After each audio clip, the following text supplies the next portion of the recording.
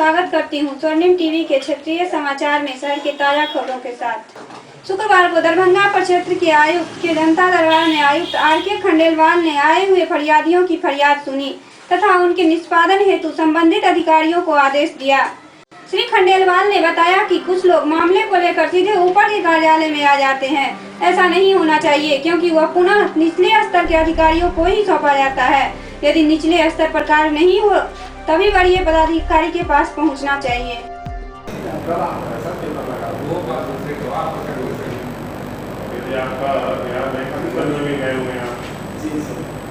Vote matter है तो यहाँ से कुछ नहीं हो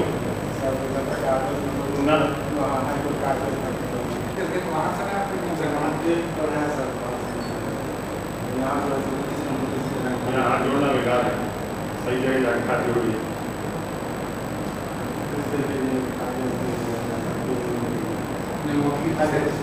आप अपने वकील से राइट पर एसडीओ को बात दिए उतना होगा। इसके बाद मैं कोर्ट मैटर किसी से आगे लगाई इसके अलावा कुछ नहीं ज़्यादा कुछ होगा 144 हो सकता है, इसके अलावा कुछ नहीं। बहुत बड़ा है सर, लेकिन यहाँ तो प्रॉब्लम होते जा रहे हैं। कहीं पर आप जो हमसे कह रहे हो वहाँ गइए, हम नहीं हो सकते। आदेश एक बार हो चुका है इसलिए, ठीक है। सिविल कोर्ट का होता है, आप लोग नहीं खाली बना सिविल कोर्ट केस कर है उसमें जबरदस्ती करे तो हम केस आपको हम लोग कुछ नहीं कर सकते। यही सर जनता दरबार में ऐसी सर जनता दरबार में मार पिटाई होगी तो पुलिस में केस होगा। खाली मामले जो है हिंदी विवाद के आए हैं और ऐसा देखा जा रहा है कि जो लोग यहाँ आ रहे हैं वो नीचे के अधिकारियों के पास में नहीं जाते हैं, जबकि उनको वहाँ जाना चाहिए। उससे उनको त्वरित न्याय मिलेगा। यहाँ पर आने के बाद में चूँकि कार्रवाई संबंधित पदाधिकारी के द्वारा की जानी होती है, तो यहाँ उनको ये एडवाइस दिया जा रहा है कि आप सर्वप्रथम जिला पदाधिकारी के या मंडल पदाधिकारी के या अंचल अधिकारी के जनता दरबार में जाएं। वहाँ पर उनको निश्चित रूप से न्याय मिलेगा और उनको अनावश्यक जो यहाँ दौड़ते हैं मुख्यालय में आकर के उनका खर्चा भी बचेगा और न्याय उनको जल्दी मिलेगा। सर क्या कारण है जो नीचे के पदाधिकारियों से लोग नहीं मिलना चाहते? देखिए कई कारण हो सकते हैं कि या तो लोग चाहते हैं कि हम सबसे पहले ऊपर अधिकारी से मिल लें। दूसरा ये हो सकता है कि कहीं पर लोअर एडमिनिस्ट्रेशन हमारा रिस्पॉन्सिव नहीं हो, इस कारण से भी लोगों में ट्रस्ट की भावना नहीं हो। लेकिन यदि निष्पादन होगा लोगों के मामलों का लोअर लेवल से तो निश्चित रूप से लोग वहाँ जाएंगे, निष्पादन करेंगे। जिला परिषद कार्यालय में जेपी आंदोलन से जुड़े सेनानियों के पहचान पत्र बनाने हेतु फोटोग्राफी किया गया, जिसमें दरभंगा, मधुबनी व समस्तीपुर के सैकड़ों सेनानी थे। सेनानियों ने बताया कि 1974 में जेपी के नेतृत्व में हम लोगों ने जो आंदोलन किया था उसका यह परिणाम हुआ कि पूरे देश में सत्ता परिवर्तन हुआ। साथ ही प्रधानमंत्री इंदिरा गांधी को भी चुनाव में मुंह की खानी पड़ी। वहीं राज्य सरकार द्वारा 2500 एवं 5000 रुपये पेंशन देने को भी उन लोगों ने गलत बताया। जो पेंशनर हैं उनका फोटो आइडेंटिटी कार्ड तैयार किया था। इससे भी पहले हो चुका है। जो लोग छूटे हुए थे उनका इस बार पूरे कमिश्नरी का यहाँ हो रहा है, ठीक है। अभी लगभग 100 पेंशनर का फोटो होना है। कार्यक्रम अभी चल रहा है, 2 दिन का प्रोग्राम। कितने पेंशनर हैं सर यहाँ पे दरभंगा जिला में? कितने पेंशनर ऐसे होंगे? हम ये सूचना नहीं दे पाएंगे आपको। इसका उद्देश्य क्या है सर? उद्देश्य क्या है? ये जो पेंशन पा रहे हैं, जो पेंशनर हैं, उनका फोटो आइडेंटिटी कार्ड पहले से बना हुआ है। कुछ लोग छूटे हुए जिनका आइडेंटिटी कार्ड बना। अभी तक सर कितने लोगों का हो चुका है? अभी तक लगभग 50 पेंशनर का हो चुका है। यहाँ आपको दरभंगा, मधुबनी और समस्तीपुर तीनों जिला के लोग आए हैं, पेंशनर आए हुए हैं। कैसे जानकारी दी गई लोगों को? इन लोगों को पत्र के द्वारा, अखबार के द्वारा इसकी सूचना दी गई थी कि दरभंगा कमिश्नरी के तत्वाधान में यहाँ फोटो आइडेंटिटी कार्ड बनेगा। आपका क्या नाम है? मेरा नाम हुआ श्रीधर महाराज। यहाँ ये कमिश्नरी की तरफ से हैं। ये ब्रजेश कुमार त्रिवेदी जी इसके प्रभारी हैं, इस काम के प्रभारी हैं।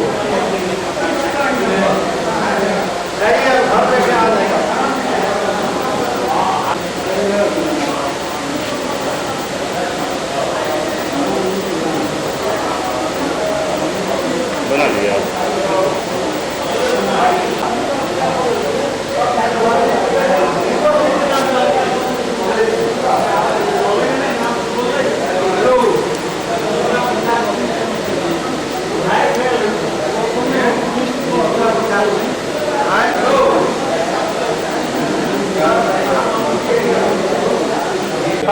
आप जेपी आंदोलन से जुड़े हुए थे। जेपी आंदोलन में आप जुड़े हुए थे। क्या कैसा आंदोलन था उसमें? जेपी जी का जो आंदोलन हुआ था उसमें क्या हुआ था, कैसे हुआ था, आप लोग की क्या भूमिका थी उसमें?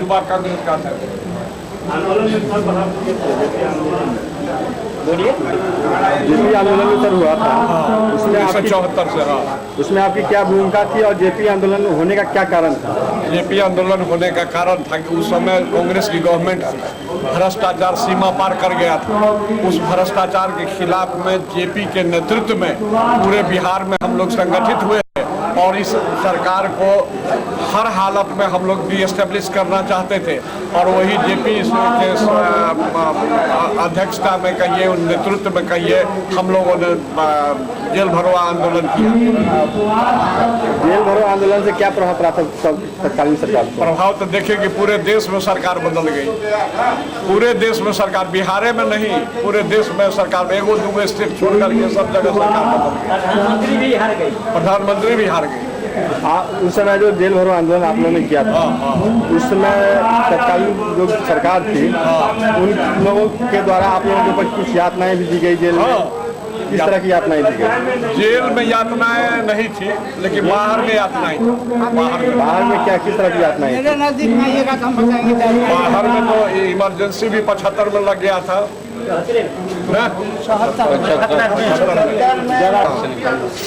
75 में इमरजेंसी लगा था। इमरजेंसी में तो जानते ही हैं कि सब काम जनता के बल पर होता था। हम लोगों का लोकतांत्रिक अधिकार बिल्कुल छिन गया था। क्या नाम हुआ था आपका? वाल्मीकि प्रसाद सिंह, सराय। जेपी आंदोलन बाद इमरजेंसी देश में लगी हुई थी। इमरजेंसी में किस तरह लोगों को जो है सो परेशान किया जाता था या लोगों का काम होता था? लोगों को परेशान किया जाता था। गांव के लोगों में जो आपसी दुश्मनी थी, उस दुश्मनी को इमरजेंसी का दुरुपयोग करके लोगों को सताया जाता था। पुलिस दंगा नाच करती थी। कांग्रेस के मिनिस्टर लोग आकर के अपने दुश्मनी को सधाते थे और हम लोग उसका घोर विरोध करते थे। जहाँ तहाँ सरकारी कार्यक्रम को बाधा पहुँचाते थे, टोली बना करके हम लोगों को जागृत करते थे और इसका नतीजा हुआ इमरजेंसी खत्म हुई और कांग्रेस की सरकार को मोड़ कहे प्रधानमंत्री इंदिरा गांधी तक एक राजनारायण साधारण कार्यकर्ता जेपी आंदोलन हुआ था, इसमें कितने लोग दरभंगा परिषद से शामिल हुए थे? कितनी की संख्या थी यहाँ पे? ये तो पूरा नहीं बता सकते हैं, लेकिन हम लोग शामिल हमारे यहाँ से चाहे यहाँ से बहुत लोग हुए थे। लेकिन इसमें हुआ क्या, जो DIR और दिशा में जो बंदी बनाया गया वही जेपी सेनानी है। बाकी लोग जेल 3-3 वर्ष में, लेकिन लोगों को कुछ नहीं दिया गया। कहा जो आप DIR में नहीं है, दिशा में नहीं है। हाँ, यात्रा देने की जहाँ तक बात है, आपने पूछा, जब पहला दिन हम लोग जेल में गए थे उस समय में रात में फिनाइल मिलाया हुआ पानी हम लोगों को दिया गया था पीने के लिए। जो DIR में कितने लोग शामिल हुए? समस्तीपुर में तो लगभग 200 लोग शामिल हुए हैं समस्तीपुर जिला में। तीनों जिला मिला के दरभंगा, मधुबनी, समस्तीपुर मिला के कितने संख्या है? 3000 के लगभग। 3000 करीब। क्या नाम हुआ आपका? जुगल किशोर ठाकुर। 15,000 से 18,000 पेंशन मिल रहा है मध्य प्रदेश में, छत्तीसगढ़ में, गुजरात में, राजस्थान में, यूपी में और बिहार में सबसे कम और सबसे अधिक लागू किया है। यहाँ 2500 मिलता है और 5000 मिलता है। 5,000 कैसे सेनानियों को मिलता है? किन सेनानियों को 5,000 मिलता है? जिनको 6 महीना से वो अति हो गया ना, 6 महीना पूरा किए उनको उतना, वो भी सिर्फ DIR और मिसा रहे तो हम लोग 3-3 साल जेल, लेकिन DIR में अगर 2 महीना है तो 2 महीना लिखा था। दरभंगा प्रक्षेत्र के DIG के जनता दरबार में दरभंगा, मधुबनी, समस्तीपुर के दर्जनों फरियादी पहुंचे। सर्वाधिक मामले भूमि विवाद और मारपीट के थे। वहीं समस्तीपुर जिला के मुसरीघरारी थाना क्षेत्र के तेल के टैंकर से चोरी कर कालाबाजारी करने के मामले को लेकर भी गांव के स्थानीय लोग वहां पहुंचे थे।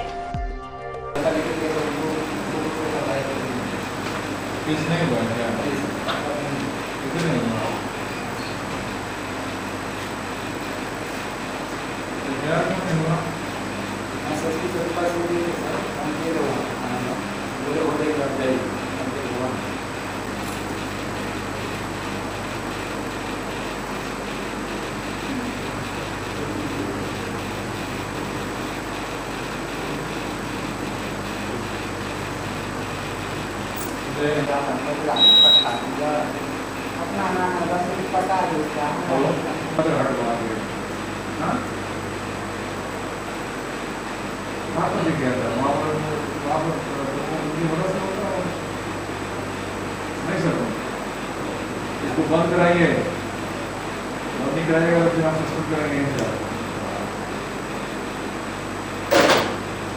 कम सर आज भी हो रहा है सर, नाम नहीं आता दरवाजा के सामने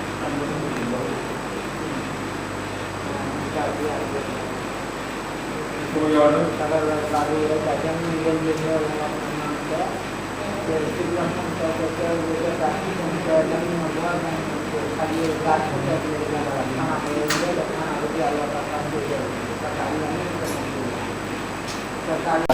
मतलब कि वहाँ पर हाईवे के साइड में जो है इस तरह का काम के हाईवे पर मतलब काटा जाता है और वहाँ पर हम लोग घर के बिल्कुल बगल में वहाँ पर जाकर कुछ बोलते हैं तो हम ही लोगों का धमकाया जाता है, कहा जाता है हम यह कर देंगे वह कर देंगे, बहुत गलत व्यवहार किया जाता है।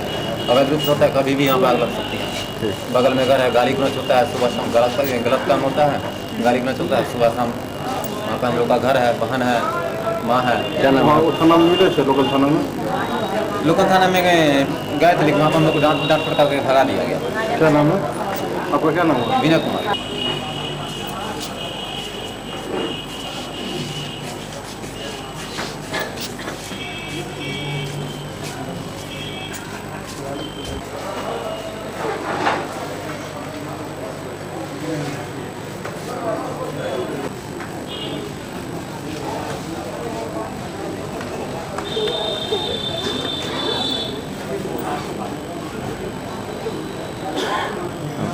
क्या मामला है आपका? क्यों जनपद किस मामले में? मेरा घरारी जो है ना वो पैतृक कर्जा हुआ है पिता द्वारा बेलगान जमीन और लगान जमीन कागज पर आपसी बंटवारा द्वारा दर्ज है, जिसमें बेलगान पीठ पर है कलम भाग तीनों भाग का हिस्सा बराबर, मकान में तीनों भाई का हिस्सा बराबर, शेड्यूल में 3 घरारी सेम रकबा का तीनों भाई के नाम पर होती है। क्या मामला है? किस मामले को लेकर? मामला है उसमें कुछ उग्रवादी लोग, आतंकवादी लोग गिरोह बना करके बांस का बिल्ला गाड़ फाड़ रहा है। स्पीकर यहाँ फ़ोन किए, आवेदन दिए तो थाना गया, आज देख के चला है। थाना ने कोई कार्रवाई नहीं किया। जैसे बांस बल्ला गाड़ रहा था तो पकड़ना चाहिए या उसको नहीं गाड़ देना चाहिए, करवाना चाहिए। क्या नाम हुआ आपका? विद्यानंद सिंह। कहाँ घर हुआ? कुटाई पट्टी सदर ब्लॉक। देखियो 1971 से हमारे घर वाला जमीन किनलक, अब तहिया से हम वहाँ रह रही। अभी दूसरा आदमी सब कब्जा कर लेलक, घर में घुस के। कौन कब्जा कर लिया है? सतीला दिया। अच्छा, क्या कहते हैं आपको? घर से निकाल दिए हैं? हाँ, अब घर में घुस गया है। अभी क्या नाम हुआ आपका? गंगा दी। कहाँ घर हुआ? भगवान दास महल्ला है, कस्टम ऑफिस।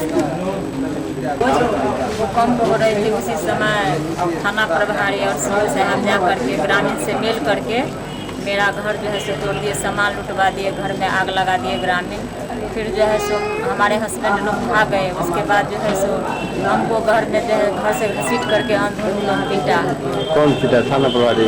नहीं, श्रीचंद सहनी और उनके साथ में और लोग थे, सहदेव महतो, धर्मनाथ यादव, विनोद कुमार यादव। क्यों पिटाई किया आपके साथ? पिटाई किए, हमारे घर तोड़ रहे थे। उससे पूर्व हमारे हस्बैंड लोग रोकने के लिए गए थे। जब हंसेरी को देखा, सीओ साहब बोले कि क्या देखते हो, हमारे लोग इन लोगों को घर से घसीट करके। सीओ साहब के सामने में तोड़ रहे थे वो लोग? जी, सीओ साहब के सामने में तोड़ा गया घर। क्या नाम हुआ आपका? मेरा नाम रीता देवी। कहाँ घर हुआ?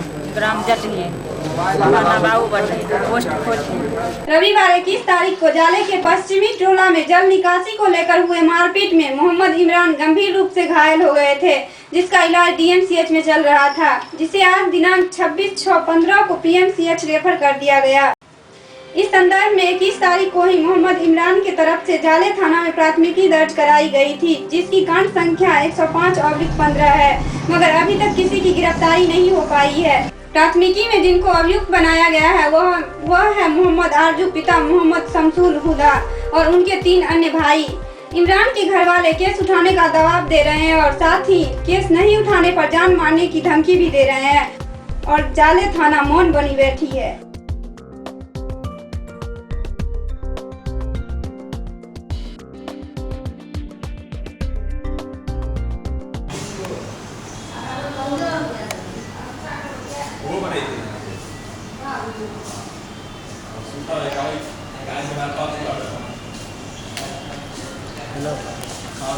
ये क्या नाम हुआ आपका? मोहम्मद इमरान। मोहम्मद इमरान, पिता का नाम? मोहम्मद फिरोज। घर कहाँ हुआ आपका? जाले पश्चिमी टोला। जाले पश्चिमी टोला? हाँ, पश्चिमी। ये आपके साथ जो घटना हुई थी, क्या हुआ था, बताएंगे उसके बारे में? ये नाली का पानी एक दिन पहले बंद किया था, दूसरे दिन होकर के मुझे प्यार से बुलाया कि आओ इधर में कुछ बात करना है। किसने? वो जो नाली का पानी घेर दिया था। क्या नाम क्या है उसका? नाम है मोहम्मद आरजू, मोहम्मद सुथरे, मोहम्मद गोरे, मोहम्मद ताबिश। अच्छा। पिता का नाम है मोहम्मद शमसुल हुदा। अच्छा, ये सब एक ही मतलब ये सारे लोग एक ही घर के हैं क्या? जी, सारे लोग एक ही घर के। जी, ठीक है। फिर क्या हुआ? उसके बाद से जैसे मैं उधर गया तो गाली बकने लगा। हम बोला गाली मत बको, तो उन लोग ने छुरा फरसा पहले से रखे हुआ था और हम पे चारों मिल करके एक ही बार वार कर दिया। अच्छा। उसके बाद से फिर मार करके फिर नाली में डाल करके पैर से दबा दिया। फिर कुछ गांव मोहल्ले वाले इकट्ठे हुए तो उन लोग को देख करके उन लोग छोड़ करके हट गए। फिर कुछ लोगों ने हमें उठा करके हॉस्पिटल लेकर के गए वहाँ पर। उसके बाद से मुझे याद नहीं। जी, आपका नाम क्या हुआ? मेरा नाम शौकत है। शौकत। ये जो मरीज़ है ये कौन है आपके? सरवेटा। अच्छा, ये जो घटना हुई, मारा मारी हुआ, उसके बाद आप लोगों ने पुलिस में एफआईआर वगैरह किया होगा? जी। कब किया था एफआईआर? सोमवार को। घटना के एक दिन बाद? एक दिन बाद। घटना के कौन से तारीख को हुई थी? एतवार के कई तारीख था? 21 तारीख। अच्छा, 21 तारीख को घटना हुई थी, फिर 22 को आप लोगों ने एफआईआर किया। कहाँ? जाले थाना में? जाले थाना। एफआईआर के बाद क्या हुआ? अब तक पुलिस से किसी को गिरफ्तार की है? कुछ नहीं। पुलिस ने कुछ नहीं किया है? सिर्फ पुलिस इंस्पेक्टर साहब गए उस दिन और जाने के बाद सिर्फ वहाँ पर उतर करके और घूम के वहाँ से फिर चल गए। किसी से कुछ पूछना उछना नहीं हुआ। और वो लोग जो विपक्षी हैं वो लोग क्या कर रहे हैं, जो महिला थी वहाँ घर पर, उसे घर में जा कर के रात में गाली उली दिया और कहा जो तुम बोलो उसको केस उठा लेने के लिए, नहीं तो जान से मार देंगे। अभी तो कुछ नहीं किए लेकिन जान से मार देंगे। तो ये धमकी किसने दिया? वही क्या नाम है उसका? सुखड़े मोहम्मद सदरे। मोहम्मद सदरे। वही जिन लोगों से मतलब झगड़ा हुआ था? हाँ, वही चारों भाई। वो उन्हीं लोगों ने फिर जान से मारने की धमकी दी कि केस उठा लो नहीं तो जान से मार देंगे। पुलिस इसमें कोई सहयोग नहीं अब तक किया आप लोग?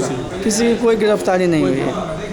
आप लोगों ने दोबारा पुलिस से मिला और कुछ बात किया पुलिस से कि हमने हमारे साथ ये घटना हुई थी, हमने एफआईआर किया था? बोले हैं इस तरह से कि घटना पर हमारे साथ कर रहा है और हम लोग घर पे है नहीं। हम लोग दबंग आदमी है, हम लोग बराबर 5-6 आदमी में लाठी पकड़ के घूमता रहता है और हमारी बहू घर पर है, उसको मारने का भी धमकी दे रहा है। जब बहू भाग के दरभंगा चली गई है, हॉस्पिटल में अभी सामने है। अभी डीएमसीएच दिन ब दिन भ्रष्टाचार का अड्डा बनता जा रहा है। एडमिट होने से लेकर इलाज करवाने तक वहां मौजूद दलाल और अस्पताल के स्टाफ द्वारा खूब अवैध वसूली की जाती है। बात यही खत्म नहीं होती, मरीजों को अस्पताल की तरफ से दिया जाने वाला भोजन भी कर्मचारियों के भ्रष्टाचार से अछूता नहीं है। हालत यह है कि मरीजों को पूरे दिन में एक ही बार भोजन मिलता है, वह भी मनमाने समय पर, कभी दिन के 12 बजे तो कभी 2 बजे। जब अस्पताल अधीक्षक और उपाधीक्षक से इस बारे में पूछा गया तो पहले इन बातों को मानने से वे इनकार कर दिए, बाद में कहे कि हम इसकी जांच करेंगे। वहीं साफ सफाई करने वाले भी मरीजों से 10-20 रुपये वसूली कर रहे हैं। और तो और ड्रेसिंग करने वाले कर्मचारी क्यों पीछे रहे, वह भी हर मरीज से ड्रेसिंग के बदले 50-100 रुपये ऐंठते हैं। मगर अस्पताल प्रशासन है कि चैन की नींद सो रही है। खाना नहीं है ना? खाना उधर 12-1 में मिल जाएगा। 12-1 बजे खाना मिलता है, बीच में खाना आ जाता है। और नाश्ता देने का टाइम 9 बजे से, नाश्ता 9 बजे से 9 बजे से बांटते हैं। अभी तो 12 बज गया। 12 बज गया तो आदमियों तो बहुत है, पेशेंट भी तो बहुत, एक बेड के पास जाना पड़ता है। तो हर यूनिट में अलग अलग होगा ना कि एक ही आदमी आप ही सारे यूनिट में डालते हैं, सारे वार्डों में आप ही देते हैं क्या? तीनों तल्ला में हम 4 आदमी मिल के बांटते हैं। लेकिन नाश्ते का आप कह रहे हैं कि 9 बजे से समय होता है, 12 बजे नाश्ता दे रहे हैं और 12-1 बजे आप बोल रहे हैं कि खाना का भी समय है। कब नाश्ता खाएगा, कब खाना खाएगा? खाना लाने वाला है आदमी प्रेजेंट। सर 12 बजे से पहले नहीं देता। 12 बजे से पहले नहीं मिलता है नाश्ता? पहले नहीं मिलता है कभी भी नहीं? नहीं, ब्रेड भी आते हैं सर, 12 बजे आते हैं। 12 बजे क्या क्या देते हैं नाश्ता में? 1 मिनट जैसे रुकिएगा। ब्रेड, अंडा, अभी आम दे रहे हैं और 2 छीमी केला दे रहे हैं। एक ब्रेड देते हैं और 2 टाइम दाल भात सब्जी। वो छीमी और आम कहाँ है आपका? जो केला नहीं लेते हैं उनको दूध मिलता है। केला आम कहाँ है आपका? केला दे रहे हैं, लाए हैं? हाँ। कहाँ है? ब्रेड मिला ना? कहाँ है वो केला और वो किधर है आपका? दिखाइएगा जरा। कभी कोई चीज़ से, कभी संतरा भी देते हैं, कभी सही नहीं मिलते हैं। 1 बजे में नाश्ता देता है, 12 बजे में नाश्ता देता है, खाना देगा 2 बजे में, 3 बजे में। नाश्ता 1 बजे देता है। अभी तो 12 बज रहा है। 12 बजे में नाश्ता देता है। ये हमेशा ऐसा ही होता है? हमेशा ऐसा ही होता है। क्या क्या मिलता है आपको नाश्ता में? एगो मिलता है, एगो ब्रेड, 1 ठो अंडा और 2 ठो आम, बस। खाना वाना हमको नहीं मिलता है, बस यही चीज़। तो दिन में खाना नहीं मिलता है? नहीं, खाना नहीं मिलता है। देता है तो नहीं देगा खाना। खाना नहीं देंगे। ये मतलब ये नाश्ता देके खाना बोलता है नहीं देंगे? नहीं देता, किसी को नहीं मिलता है? जो खाना लोगे तो नहीं मिलेगा। क्या बोले? सर कहता है खाना मिलेगा तो ये नहीं मिलेगा। अच्छा, खाना लो या नाश्ता लो? जी। दिन में खाना लो या सिर्फ नाश्ता लो? कोई एक चीज़? एक ही चीज़ मिलते हैं सर। यही लोग आते हैं हमेशा देने के लिए? यही लोग आते हैं। कल केला देवे नहीं किया, आज केला दिया, कल केला ले दिया घुमा के। कल केला नहीं दिया था? नहीं दिया केला, आज दिया है? आज दिया। अच्छा, 1 मिनट सुनिएगा। ये इन लोगों की शिकायत है कि ये लोग कह रहे हैं, एक मिनट, ये लोग कह रहे हैं कि नाश्ता देते हैं तो खाना नहीं देते दिन का, और खाना देते हैं तो नाश्ता नहीं देते हैं। पूछिए, दूध लेते होंगे तो खाना किससे मिलेगा? जी, दूध लेते तो खाना नहीं देता। दूध ही लेंगे तो खाना हम कहाँ से देंगे? नहीं तो बाकी जो पेशेंट है वो सबका यही कहना है कि खाना मिलता है तो नाश्ता नहीं, नाश्ता मिलता है तो खाना नहीं। ऐसी कोई बात नहीं है। तो दूध जो लेते हैं, देखिए 2 फल दे रहे हैं। दूध लेते हैं ना आप, 2 फल देते हैं, 1 ब्रेड देते हैं, 2 केला देते हैं, 1 अंडा देते हैं। और नहीं, मैं ये पूछ रहा था कि नाश्ता एक अलग पार्ट है, खाना एक अलग पार्ट है, ठीक है? नाश्ते में आप जो दे रहे हो, खाने में जो आप दे रहे हो, उसमें से क्या नाश्ता देने के बाद खाना नहीं देते हैं, या खाना देने के बाद देते हैं तो नाश्ता नहीं देते हैं, ऐसा कुछ है क्या? ना, ऐसा कोई बात नहीं है। जो दूध लेते हैं सिर्फ, सुनिए, जो दूध लेते हैं सिर्फ उनको खाना नहीं मिलता है, और दूध लेते हैं उनको 2 फल, 1 ब्रेड, 2 केला, 1 अंडा, 1 बिस्किट और 500 ग्राम दूध मिलता है, आधा लीटर। तो दूध जिनको देते हैं उनको खाना नहीं देते हैं, तो उनको दूध कितना मिलता है? 500 ग्राम, आधा लीटर। सिर्फ आधा लीटर दूध देते हैं? दूध, 2 फल, 1 ब्रेड, 1 अंडा, 2 केला। वो तो नाश्ते का आइटम है ना आपका। मैं खाने की बात कर रहा हूँ। नाश्ता सब हो गया, उनको 24 घंटा का हो गया जो दूध लेते हैं उनको। और जो खाना लेते हैं उसको 1 फल देंगे, 1 ब्रेड देंगे, 1 अंडा देंगे, 2 केला देंगे, और दोनों टाइम दाल भात तरकारी मिलता है। अच्छा, और जो लोग जो दूध ले लेते हैं, उनको वही नाश्ता और दूध मिलता है, उसके अलावा कुछ नहीं? अलावा कुछ नहीं। दिन रात पूरा वही 24 घंटे में वही एक टाइम जो मिल गया तो बस मिल गया। और जो खाना लेते हैं उनको एक फल तो मिलवे करेगा, एक ब्रेड भी मिलेगा, एक केला भी मिले, 2 केला मिलेगा और एक अंडा मिलेगा और दोनों टाइम उनको दाल भात सब्जी। क्या हो गया था? कल केला क्यों नहीं आया था? कल हम छुट्टी में थे, हम नहीं जानते। अरे अभी तो आप बोले ना कि कल केला नहीं आया था। तो क्या नाम है आपका? क्या है? आपका नाम क्या हुआ? आप नाम बताइए ना अपना। अरे हम कहने हम तो छुट्टी में थे। कल आप अरे ना छुट्टी में कैसे खाना बाटल का ये सब बाटल क्या कोई छुट्टी में? कल हम तो कहे झूठ का बोलता है? कैसे बोलते हैं?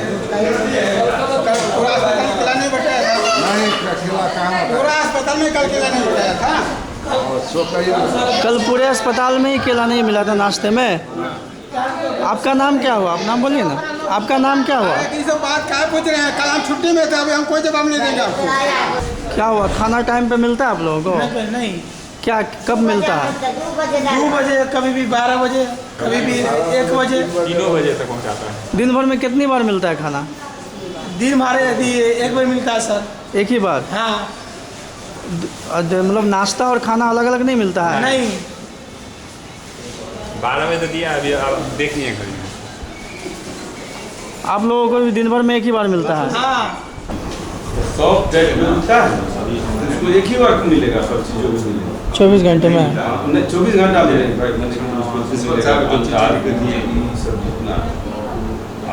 अंडा जैसा वो बता रहा है। और जिसको खाना मिलेगा 11 बजे नाश्ता, 11 बजे से पहले नाश्ता मिलेगा और 11 बजे 12:30 बजे के बाद जो है सबसे खाना। उन्होंने कहा ना, उन्होंने कह दिया ऐसा। अब हमने जो सर्च किया, हमको जो पता चला वो हमने बताया आपको, समझ गए? तो जो सॉफ्ट डाइट का मतलब ये है कि दूध, एक अगर दूध उसमें सम्मिलित हो गया तो सॉफ्ट डाइट। ये आपका वो जो बांटने वाला था वो भी, उसने भी कहा ये बात। लेकिन उसमें मात्र 1% ऐसा है जो दूध लेता है, वो भी उसके ऊपर डिपेंड करता है कि दूध लेता है कि नहीं लेता है। अगर जो नहीं लेगा उसको खाना दिया जाता है, जैसा कि उसने कहा। तो 1% ऐसा है जो जिसको दूध की रिक्वायरमेंट होती है, बाकी सारे पेशेंट जो है वो दूध नहीं लेते हैं। तो कहने का अर्थ ये है कि नाश्ता, दिन का खाना और रात का खाना, ये तीनों चीज़ हॉस्पिटल पेशेंट को देती है, एकदम देती है। तो नाश्ता मिलना चाहिए, दिन का खाना भी मिलना चाहिए।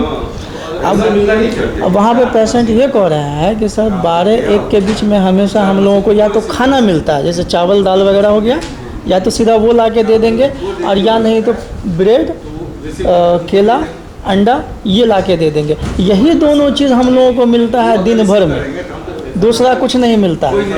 और तो हमारे पास विजुअल है उसकी, जिसमें वो जो बांट रहे हैं उसके जांच करेंगे।